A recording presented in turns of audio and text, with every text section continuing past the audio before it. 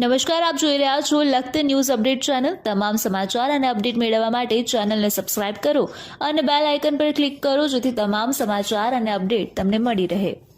લખતર ગામના જાગૃત નાગરિકો દ્વારા લખતર રેલવે સ્ટેશન પર આવેલ DRMને વિવિધ ટ્રેનનો સ્ટોપેજ આપવા લેખિત રજૂઆત કરવામાં આવી। લખતર ગામના વેપારી મંડળ સરજી હાઈસ્કૂલ ગ્રુપ દ્વારા રાજકોટ વિભાગ DRMને લેખિત મૌખિક રજૂઆત કરી।